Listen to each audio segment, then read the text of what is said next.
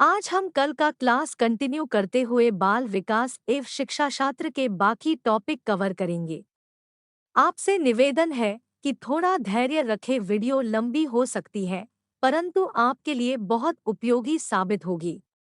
और सबसे महत्वपूर्ण बात, थ्योरी के बाद मोस्ट इम्पोर्टेंट एमसीक्यू आएंगे, उनके जवाब कमेंट में देना न भूलें। इसलिए आपसे निवेदन है कि वीडियो को स्किप मत करें और चैनल को सब्सक्राइब करें। तो चलिए शुरुआत करते हैं।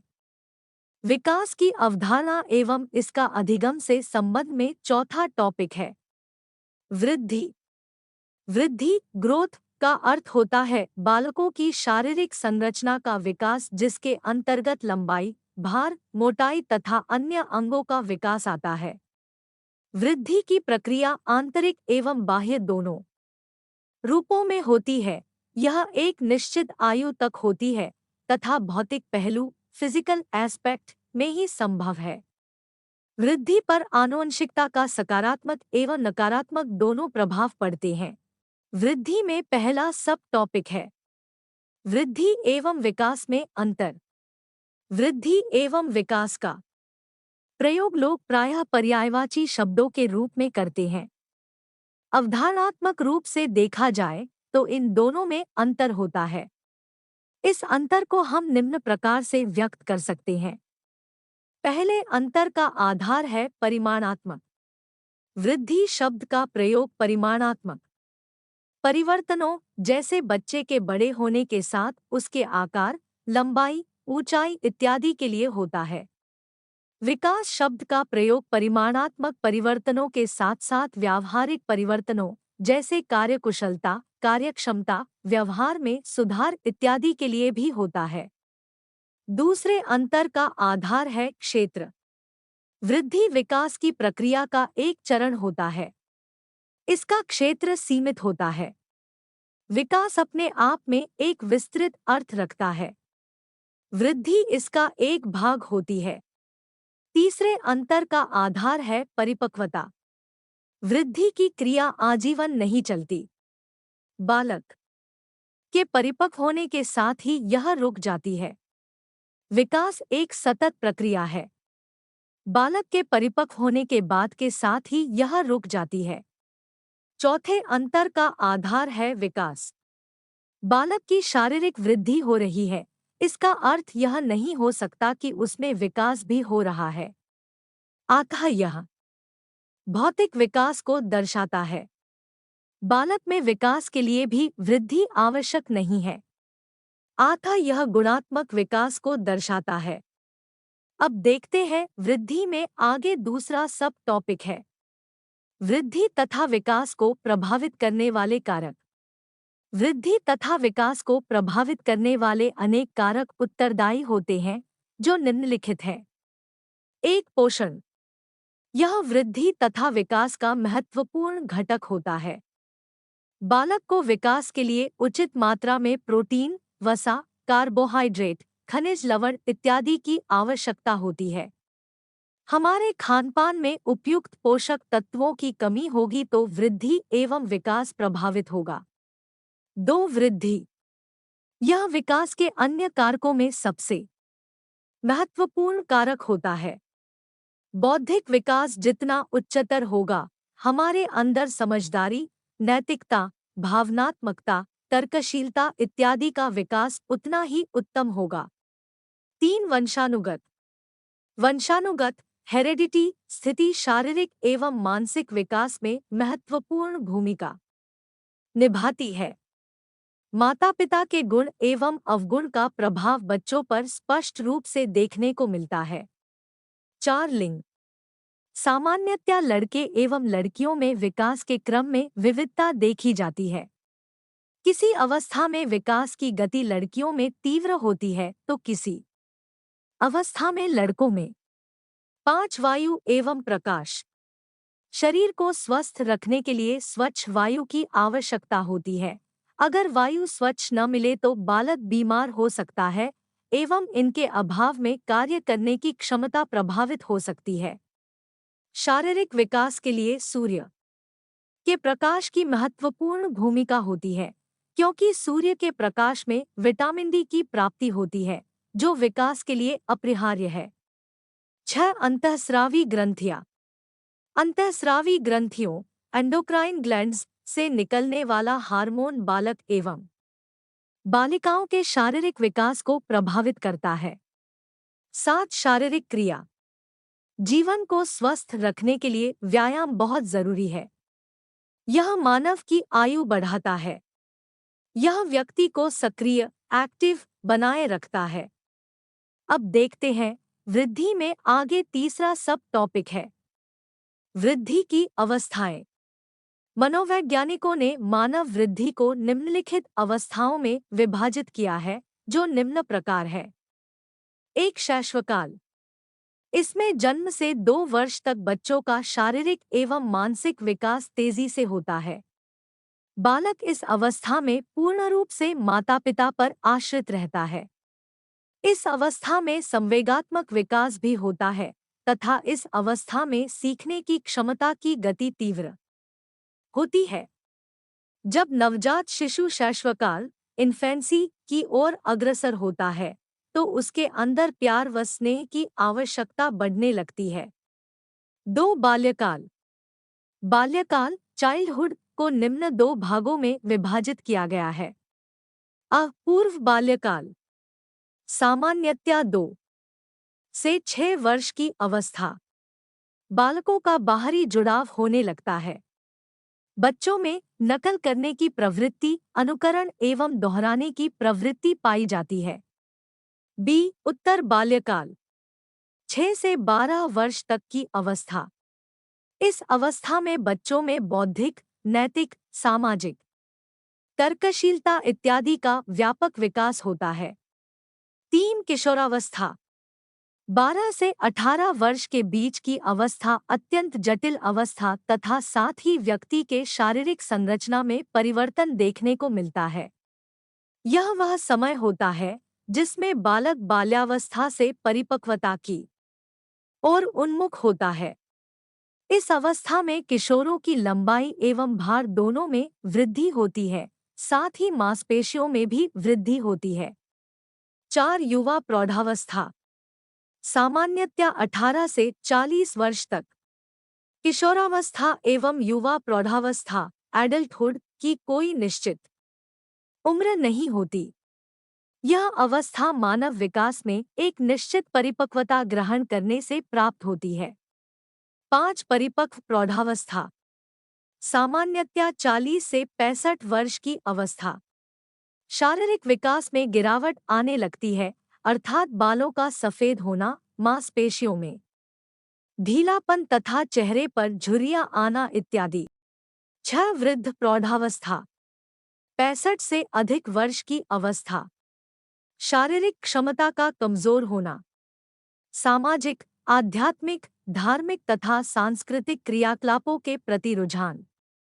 विकास की अवधारणा एवं इसका अधिगम से संबंध में 5वां टॉपिक है अधिगम। अधिगम लर्निंग का अर्थ होता है सीखना। अधिगम एक प्रक्रिया है जो जीवन पर्यंत चलती रहती है एवं जिसके द्वारा हम कुछ ज्ञान अर्जित करते हैं या जिसके द्वारा हमारे व्यवहार में परिवर्तन होता है। अधिगम के संदर्भ में विद्वानों द्वारा कुछ परिभाषाएं निम्न प्रकार दी गई हैं। गेट्स के अनुसार अनुभव द्वारा व्यवहार में रूपांतर लाना ही अधिगम है। ये पील के अनुसार अधिगम व्यक्ति में एक परिवर्तन है जो उसके वातावरण के परिवर्तनों के अनुसरण में होता है। क्रो के अनुसार सीखना आदतों, ज्ञान एवं अभिवृत्तियों का अर्जन है। इसमें कार्यों को करने के नवीन तरीके सम्मिलित हैं और इसकी शुरुआत व्यक्ति द्वारा किसी भी बाधा को दूर करने अथवा नवीन परिस्थितियों में अपने समायोजन को लेकर होती है। इसके माध्यम से व्यवहार में उत्तरोत्तर परिवर्तन होता रहता है। यह व्यक्ति को अपने अभिप्राय अथवा लक्ष्य को पाने में समर्थ बनाती है। विकास की अवधारणा एवं इसका अधिगम से संबंध में 6वां और आखिरी टॉपिक है विकास का अधिगम से संबंध। विकास के विभिन्न पहलुओं का आपस में घनिष्ठ संबंध है एवं ये सभी अधिगम को प्रभावित करते हैं। शारीरिक विकास, विशेषकर छोटे बच्चों में मानसिक संज्ञानात्मक विकास में मददगार है। सभी बच्चों की खेल की गतिविधियों में सहभागिता उनके शारीरिक व मनोसामाजिक विकास के लिए आवश्यक है। मानसिक और भाषाई विकास सामाजिक विकास एवं अधिगम को प्रत्यक्ष रूप से प्रभावित करते हैं। आइए देखते हैं अब तक आपने क्या सीखा और शुरू करते हैं मोस्ट इम्पोर्टेंट एमसीक्यू। आपका पहला प्रश्न है, एक वृद्धि और विकास के संदर्भ में निम्नलिखित में से कौन सा से कथन सत्य है? अवृद्धि विकास की प्रक्रिया का एक चरण होता है जिसका क्षेत्र असीमित होता है। बी, विकास स्वयं में एक विस्तृत अर्थ रखता है एवं वृद्धि इसका एक भाग होता है। सी, विकास एक सतत प्रक्रिया है जो बालक के परिपक्व होने के बाद भी चलती रहती है। आपके ऑप्शंस है, एक केवल अ, तीन बी और सी, दो अ और बी, चार। ये सभी आपका टाइम शुरू होता है अब।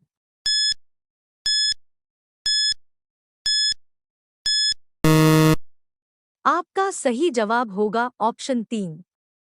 आपका अगला प्रश्न है, दो वृद्धि शब्द का प्रयोग परिवर्तनों के लिए तथा विकास का प्रयोग परिवर्तनों के साथ साथ परिवर्तनों के लिए भी होता है।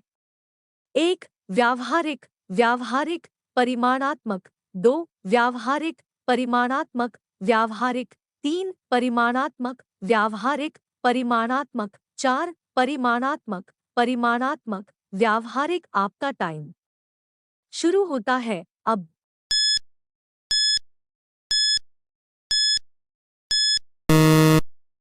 आपका सही जवाब होगा ऑप्शन तीन। आपका अगला प्रश्न है, तीन, सभी बच्चों का स्वस्थ शारीरिक विकास सभी प्रकार के विकास की पहली शर्त है। इसके लिए किन मूल आवश्यकताओं पर ध्यान देना आवश्यक है? अपौष्टिक आहार, बी, शारीरिक व्यायाम, सी, मनोवैज्ञानिक सामाजिक जरूरतों। आपके ऑप्शंस है, एक, केवल अ, दो अ और सी, तीन अ और बी, चार। ये सभी आपका टाइम शुरू होता है अब।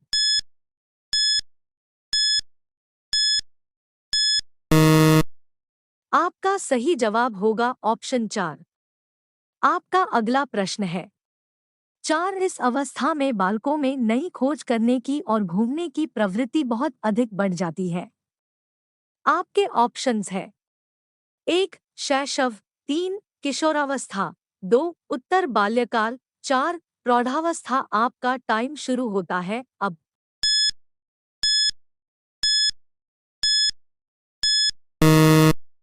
आपका सही जवाब होगा ऑप्शन दो। आपका अगला प्रश्न है, पांच, किशोरों की सबसे नाजुक एवं संवेदनशील समस्या क्या होती है? आपके ऑप्शंस है, एक, व्यवसाय संबंधी समस्या, दो, यौन संबंधी समस्या, तीन, समायोजन संबंधी समस्या, चार, प्रश्नाभ्यास संबंधी समस्या। आपका टाइम शुरू होता है अब।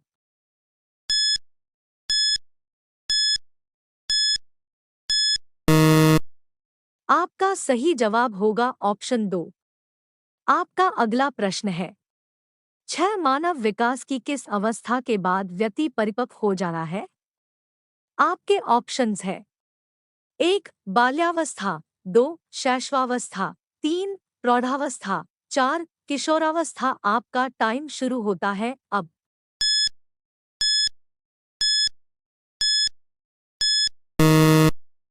आपका सही जवाब होगा ऑप्शन चार। आपका अगला प्रश्न है, सात, 12 से 14 वर्ष की आयु के बीच की अपेक्षा लंबाई एवं मांसपेशियों में तेजी से वृद्धि होती है एवं 14 से 18 वर्ष की आयु के बीच की अपेक्षा की लंबाई एवं मांसपेशियां तेजी से बढ़ती है। आपके ऑप्शंस है, एक, लड़कियों लड़कों लड़कों लड़कियों, दो, लड़कों लड़कियों लड़कियों लड़कों, तीन, लड़कों लड़कियों लड़कों लड़कियों, चार, उपरोक्त में से किसी में नहीं। आपका टाइम शुरू होता है अब।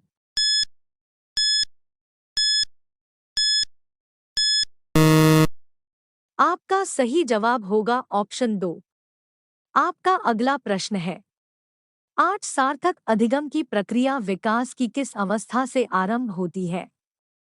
आपके ऑप्शंस है, 1 किशोरावस्था से, 2 वयस्कावस्था से, 3 शैशवावस्था से, 4 बाल्यावस्था से। आपका टाइम शुरू होता है अब।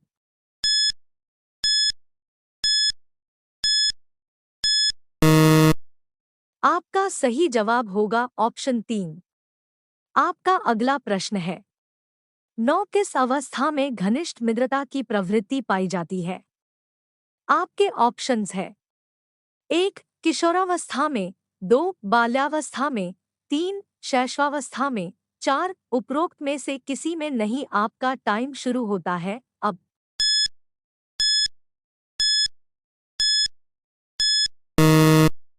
आपका सही जवाब होगा ऑप्शन 1।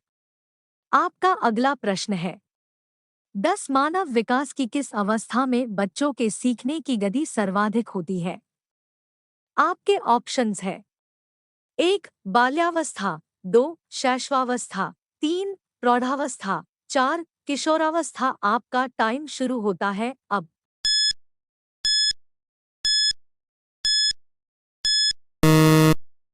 आपका सही जवाब होगा ऑप्शन 2। आपका अगला प्रश्न है, 11 शिक्षा मनोविज्ञान में अवस्थाओं में होने वाले मानव विकास का अध्ययन किया जाता है?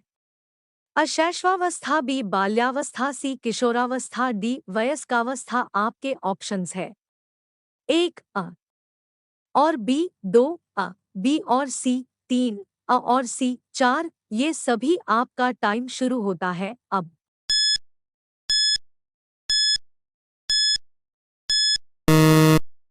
आपका सही जवाब होगा ऑप्शन 2। आपका अगला प्रश्न है, पारा मैं कौन हूँ, मैं क्या हूँ, मैं भी कुछ हूँ आदि जैसी प्रबल भावनाएं बालक के विकास की किस अवस्था की सूचक होती है? आपके ऑप्शंस है, 1 किशोरावस्था, 2 शैशवावस्था, 3 प्रौढ़ावस्था, 4 बाल्यावस्था। आपका टाइम शुरू होता है अब।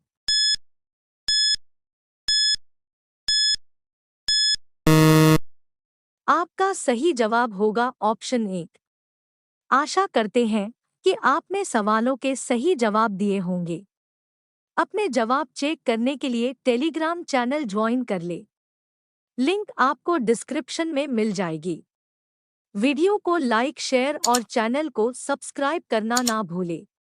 याद रखें, आपका सक्सेस आपके साथ है और आप हमारे। इसी के साथ आपसे विदा लेते हैं और मिलते हैं ऐसी ही अगली वीडियो में। जय हिंद।